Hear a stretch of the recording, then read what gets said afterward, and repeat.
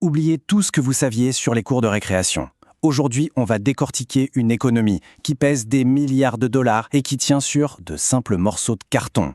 Bienvenue dans le monde fascinant des jeux de cartes à collectionner, là où la nostalgie rencontre de plein fouet la haute finance. Pour vraiment comprendre l'ampleur du phénomène, commençons avec ce chiffre. Un chiffre qui donne le vertige, 16,49 millions de dollars. C'est le prix absolument hallucinant d'une seule et unique carte Pokémon, l'Illustrator Pikachu de 1998, qui a été vendu aux enchères par Logan Paul en février 2026. Oui, vous avez bien entendu, un bout de carton qui s'échange au prix d'un jet privé. Mais cette vente, aussi spectaculaire soit-elle, n'est en fait que la pointe de l'iceberg. Derrière, il y a un marché mondial absolument colossal. On parle de presque 15 milliards de dollars en 2025. Et les projections sont folles. On s'attend à ce que ça fasse plus que doubler pour dépasser les 37 milliards d'ici 2034. C'est une croissance explosive. Alors, comment on en est arrivé là ? Pour le comprendre, notre analyse va se faire en 5 points. On va d'abord regarder la taille du marché, puis on verra comment les cartes sont devenues un nouvel actif financier. Ensuite, on plongera dans les coulisses de la machine à grader, celle qui crée la valeur. On explorera la tension entre collectionneurs et investisseurs, et enfin, on se demandera ce que l'avenir réserve à ce hobby. Allez, on commence par le commencement, les chiffres. Qui sont vraiment les acteurs qui tirent ce marché de 37 milliards de dollars vers le haut ? La réponse, vous allez voir, est assez loin des clichés qu'on pourrait avoir. En 2025, le tableau est clair. C'est l'Amérique du Nord qui mène la danse, avec 46% des parts de marché. Et les acheteurs ? Eh bien, ce sont surtout des adultes, avec un vrai pouvoir d'achat, qui transforment en fait leurs souvenirs de jeunesse en placement. Et, fait intéressant, malgré le tout numérique, ce sont bien les cartes physiques qui restent le moteur principal de tout ça, avec les cartes de personnages qui font la loi. Il y a 3 grands moteurs qui alimentent cette machine. D'abord, la transformation numérique. Des applis comme TCJ Pocket embarquent des millions de nouveaux joueurs. Ensuite, l'explosion du e-commerce, évidemment. Des plateformes comme eBay ont créé un marché secondaire hyper fluide et mondial. Et enfin, il y a une véritable culture de la collection qui a émergé, boostée par des enchères médiatisées et une attention énorme. Toute cette dynamique a complètement changé la donne. Les cartes ne sont plus juste rangées dans des classeurs d'enfants, non, elles ont fait une entrée fracassante dans les portefeuilles d'investissement. Alors, comment un simple passe-temps a-t-il pu devenir un actif financier à part entière ?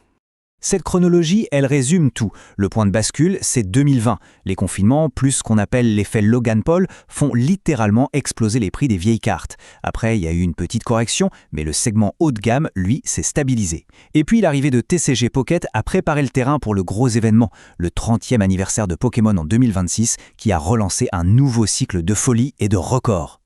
Et attention, ce n'est pas juste une impression, les chiffres le confirment. Les cartes à collectionner ont surperformé des indices boursiers majeurs, comme le S&P 500.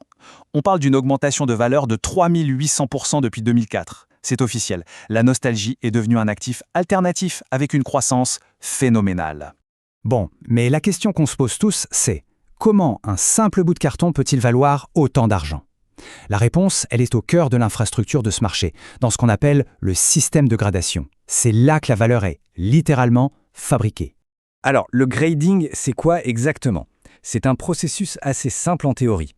Une entreprise spécialisée et indépendante va authentifier une carte, évaluer son état physique sur une échelle de 1 à 10, puis la sceller dans une coque en plastique.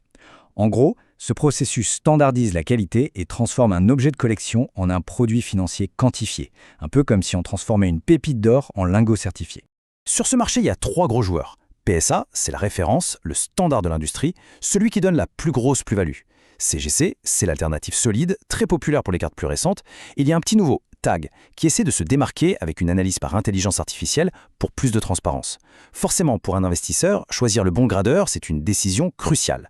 L'impact financier de tout ça est juste dingue. Prenez une carte. Si elle est en parfait état et qu'elle obtient la note parfaite, un 10 de chez PSA, sa valeur peut être multipliée par 2, par 5, parfois même beaucoup plus, par rapport à la même carte non gradée. C'est ce qu'on appelle la prime à la perfection, et c'est ça qui fait tourner toute cette industrie. Mais évidemment, cette financiarisation à outrance a un revers. Elle a provoqué une sorte de crise d'identité au sein même de la communauté. On assiste aujourd'hui à un choc frontal entre 2 mondes, celui des collectionneurs passionnés et celui des investisseurs qui ne voient que les chiffres. D'un côté, il y a la peur d'une bulle spéculative. Cette citation d'un utilisateur de Reddit le résume parfaitement. Pour lui, le marché est déconnecté. Il est juste basé sur la hype et la manipulation. Et la grande crainte, c'est que tout s'effondre le jour où les gros investisseurs décideront de tout vendre en même temps. Et il faut dire que les signes d'une surchauffe, on les voit un peu partout. des flippers qui cherchent juste le profit rapide, des produits qui sont en rupture de stock à la seconde où ils sortent, des boîtes scellées revendues à des prix délirants.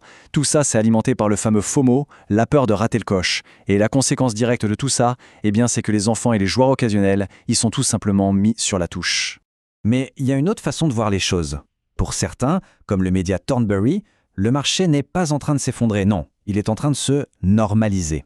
Cette correction des prix serait en fait une bonne chose, elle mettrait dehors les spéculateurs qui n'ont jamais rien eu à faire des cartes, et elle permettrait aux vrais collectionneurs de se réapproprier le hobby. Une sorte de retour aux sources, en quelque sorte. Alors, la question à $1 million. Quel est l'avenir de cette économie du carton? Quelles sont les grandes tendances et surtout les grands risques qui vont la façonner dans les années qui viennent? On peut identifier 3 tendances de fond. D'abord, une intégration toujours plus poussée du numérique, par exemple avec la blockchain pour créer des certificats de propriété infalsifiables. Ensuite, des collaborations stratégiques avec d'autres licences ultra populaires, comme Le Seigneur des Anneaux ou Final Fantasy. Et enfin, une expansion mondiale qui ne faiblit pas, avec l'Asie-Pacifique en tête, qui connaît la plus forte croissance. Le principal frein, le risque majeur qui pèse sur tout ça, ça reste la contrefaçon.